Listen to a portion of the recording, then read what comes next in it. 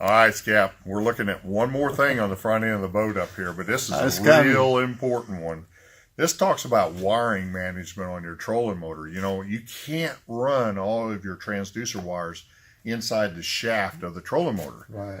And with all the great trolling motor capabilities we have now with remote control, with foot control, like on this Ultrex and the whole bit, it becomes a problem about running wires, doesn't it? And how do you keep those wires out of your way and that they don't break on you and that you don't have problems where you get caught or cut them? Right. What have you done here, Scap? I mean, this is awesome. This all comes down to how many years you have been in business, right? How many times I've rigged a trolling motor on a boat, how many times I've been putting wires on a shaft.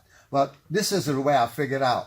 I figured out on this particular trolling motor or any others, you need to have a zip ties about 3 inches apart and make sure it's secure. When the cables come up there, as you can see here, we got panoptics and transducer on the bottom. We got a cable, it's all secured, okay? It don't get caught anyway.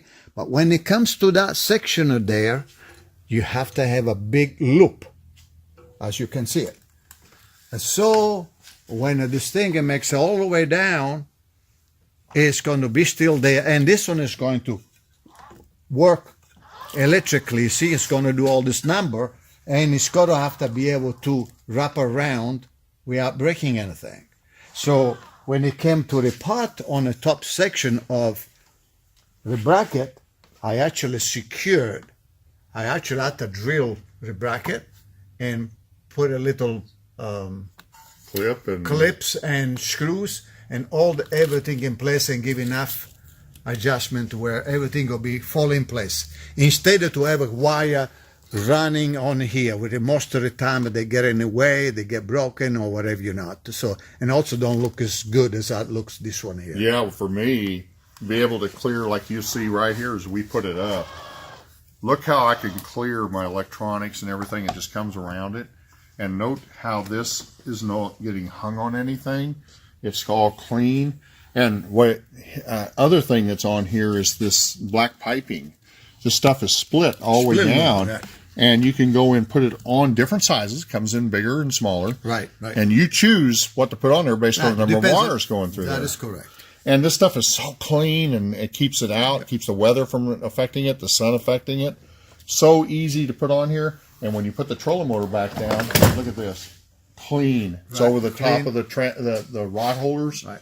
And this is out of the way when I'm running the trolling motor. And the wiring is all going down to where it's very important and carried inside below this cover plate. So it's all out of the way. Easy to access, easy to use. Scap, man, you did a great job on this. Well, thank you. That's good stuff. Yes. So he sells this stuff on his website that covers the wiring. Right. He actually can go in and show you examples of how to put it on your trolling motor. Again, this is an Ultrex, and we did a real hard one last year, Altera. Right. You know, we had this kind of concept on an Altera, and everybody out there has got the Altera. You know what I'm talking about. Right. It's a challenge. Yeah. So be sure to check this out on his website and get these materials and the how-to. Call this guy up. This guy can tell you how to do it.